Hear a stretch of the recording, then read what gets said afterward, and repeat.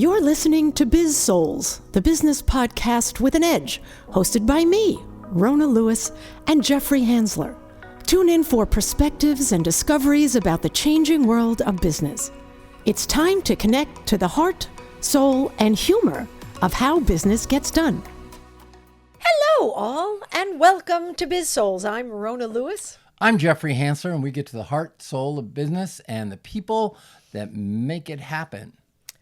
And you make it happen because you have a subject that you want to talk about. I do. Today. I was very excited to share it with Rona, and we... I actually said, hey, that's not a bad idea. Amazing. Exactly. We actually agreed on something. So I went down... Alert the media. Okay. Went down to see my grandchildren in Australia and went through Sydney and was flying two separate airlines. And so I needed instruction to get one place to another, and then I needed instruction Oh, honey, to get you to need the so hotel. much more instruction than just that. But go ahead. Exactly. And a couple of things came up with the instruction, and then we were in the you were showing me. So Rona, she hates this. Is like dragging about.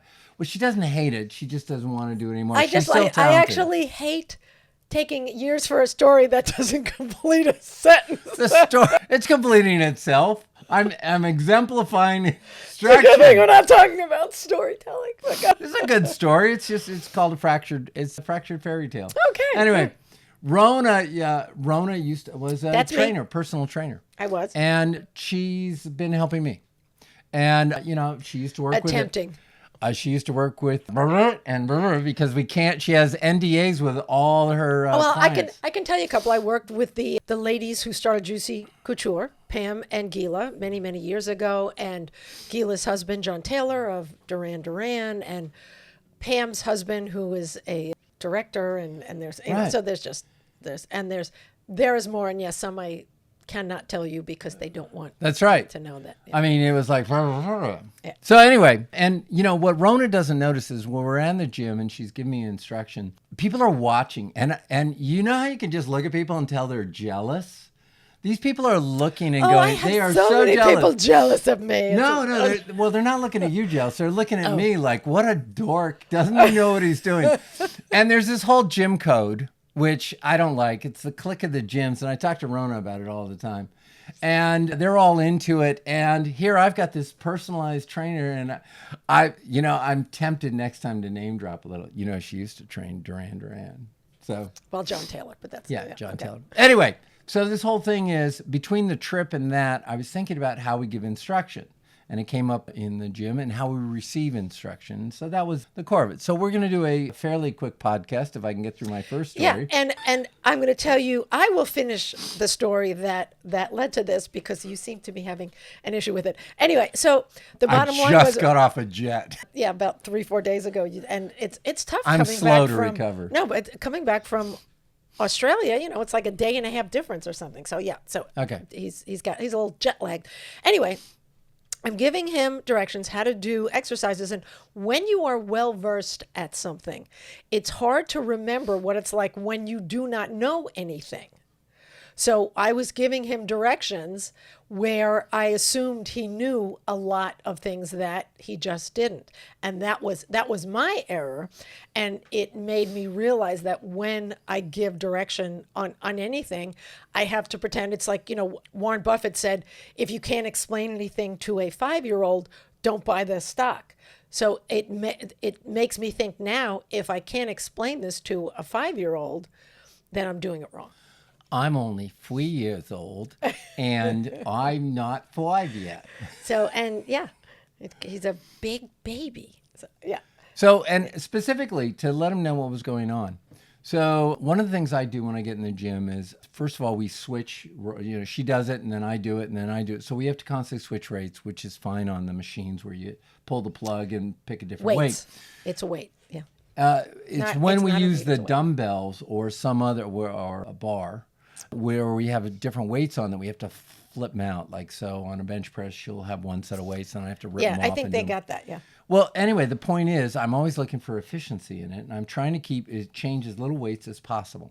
So this is where it came up. Rona went to this exercise where you take a weight, you work with 2 weights. It was, what do you call it, a superset? A superset. It's 2 exercises, one right after the other, and it keeps your heart rate up and works the muscle stamina and things like that. So we're doing one exercise. We're working the what are we? Triceps. Triceps. Back of and the we're arms. working. So I got 1 dumbbell in each hand. And then it went to one where you had a single dumbbell and you had the dumbbell over your head. And so Rona switches out weights, and I immediately went, okay, she switches out weights. I don't want to. So instead of it going for another weight, a single, I just took my 2 and went to put them on my head, and she got all upset. And He also doesn't like to follow instructions all the time. So, well, yeah, and it's one thing after another. Right. It's because the coach isn't with me all the time, and for me to, and I haven't been doing it on my own because I feel like an idiot in there, and working out, and I'm not part of the clique. And I don't know so anybody. I make my own stuff up, and if I'm going to make my own stuff up, I at least want a reason for it. So I grabbed the 2 weights, and she said, you can't use the 2 weights, you have to use the 1. And I said, why? And then she explained. She explained that by putting your hands in a different position, you're working a different muscle. It works the same muscle at just a different angle, and it's better for that muscle in its simplest form. Right, and so this is where you get the refined definition that I'm not really going for. Okay, this is way too long to make a point about directions. And so, and that was part of the point, is I'm not saying, so in terms of the directions and getting that done, in terms of the psychology of the people you're talking to. So I try, I feel I'm pretty sharp, I'm pretty good with directions. And when I get turned around or when I get off and I get off emotionally as well, where I'm not comfortable. And that's what happened down in that's Australia. why you're like that. Right. So I'm laying at Sydney Airport and on a domestic flight coming back, and I have to go to the hotel. And so I asked, how do I get to the hotel? Now, first of all, the instructions on the hotel website were not good. I booked it through American Express. Love American Express. Thanks for everything. Lousy description because I'd asked if they had a shuttle. And they don't have a specific shuttle. They have a different shuttle, and you have to walk there. And I was looking at where I had to walk, and it wasn't clear. And I'm going, this is as far as walking to the hotel, which is only maybe half a mile, 3/4 of a mile away. So I asked the help desk how to get to the hotel. And she goes, take a right and then a left. Well, the door was kind of askew. So I took a right out the door, and then I took the left, and then I had to take another left, and then I'm going in a circle, and it looks like I'm going to a parking, some weird thing, and then I have to back up. That was actually the way to the international terminal the next day. So I ended up going back in the terminal and circling back around. So when they take you, because her instructions, I did not translate her instructions. What she meant for me to do was walk out the door and then take a right, and then follow the sidewalk all the way along, and then it would be on my left. But she did it in one breath, so I thought those were the 2 immediate turns. I'd take care of the rest later. So the instructions weren't clear, and she was trying to do it quickly. There was nobody else standing around at the time at the help desk. So anyway, I came back the second time. This is another funny thing. And I guess there was a woman in front of her talking, but she was backed way away, a lot of space between them. So, and at that time, neither of them were saying anything. So I asked the woman that had helped me before. I said, so I'm sorry. And the woman in 2 minutes had forgotten me. And You told me this. yes. And then she says to the other woman that I guess she was still talking to her, and she said, are you guys together? And then that woman says, don't be offended by this, but you couldn't pay me to be with him. And so that's going on. And then Can I try to pay you? she walks away. So my confusion is complete. And I said, excuse me, what did you mean when you said right, left? And she then walked me like they do at Trader Joe's and at Costco. They walk you to where they don't hold point. your hand, basically. They walk me out. She walked me out the door and says, take the right down here. You'll go around the corner, and then you'll see it on the left. And now all of a sudden it was clear. Okay. So. Okay. Well, all right. So do we have any time left to actually talk about this? Because That only took twice as long as it should have. Okay. This was obviously not rehearsed. And to the point of all this. Implying we've rehearsed anything? Okay.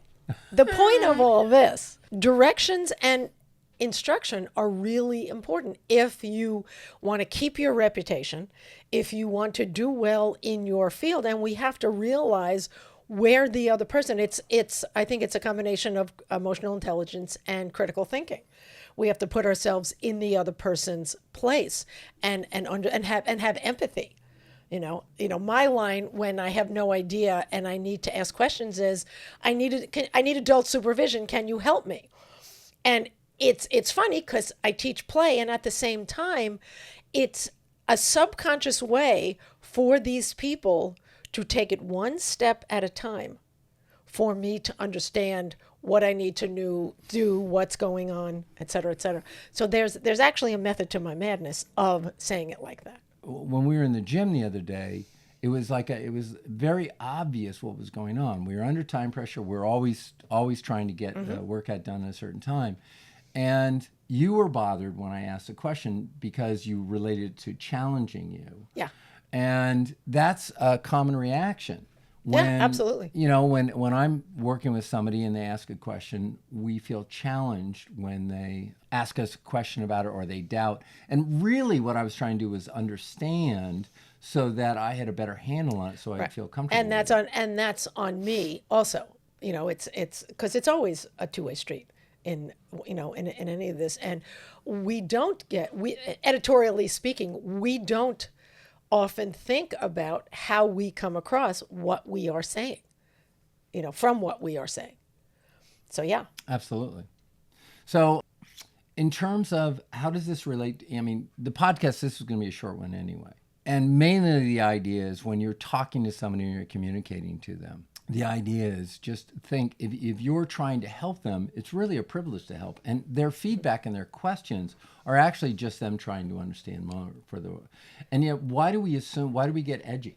I mean, what is it that's going through our mind that creates I think fear? Especially if it's from a manager or a higher up, it could be feedback. We get nervous and we get defensive, and sometimes we hear things differently. And if the manager wants to give directions or guidelines for how things are done, we can get nervous because, do they think we're incompetent? Do they think we don't understand? And we don't, and it goes both ways. Our managers don't necessarily think about how employees will take that feedback, instruction, suggestions, whatever. And at the same time, the employee has to realize, take a positive thought process on this, and that, look, I was hired. My manager does not want to fire me because it's expensive. They want to make me better. And again, from the person giving the instruction, I think there's a self-esteem issue too. When somebody questions you, because I believe at the heart of it, we want to be effective communicators. Yeah. And we want to be clear, and we work on being clear. And there's a fear element. And there's a fear. If somebody's asking for an explanation, the implication is that you haven't explained it well, or you missed something, or you didn't do it in an effect. That's what goes on in my mind. How did I not do this effectively? Right. How am I not clear? It is. I'm just sorry. It's really hot. You are schwitzing like crazy. Sorry. I actually am. Yeah. It's. We're in the Huntington. You are. Am I glowing? It's lovely. I feel like Robin in the Huntington Williams. Beach, and it may not be quite as hot across here as it is across the country. It's warmer here than where I live, and it's humid as heck because we both live by the beach, and right. it's really, my hair looks great, but sweating like crazy. Well, the fan is off because it creates a shadow every time it goes around, and the air vent in the windows because of the light. So basically we're in a box. That's okay. Can you imagine if we had studio lights on us? Oh my God! And you wonder how they can't. We've got one circle light on us. Indirectly, right? Anyway, sorry, we digress per usual.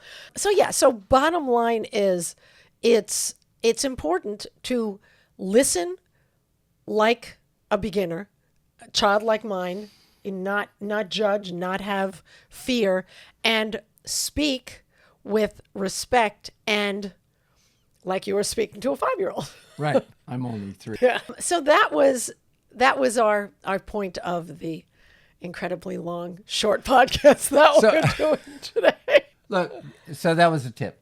That was a tip. So a tip that I have is, so it's a mindset. First of all, when you prepare to explain to something, assume that they're not going to understand it. So assume that they're going to have questions because, like, for example, at the help desk, all right, all day long they meet new people, and what works with one person is going to work with another. So what they should do is have a backup, like, okay, say it back to me. Is that clear?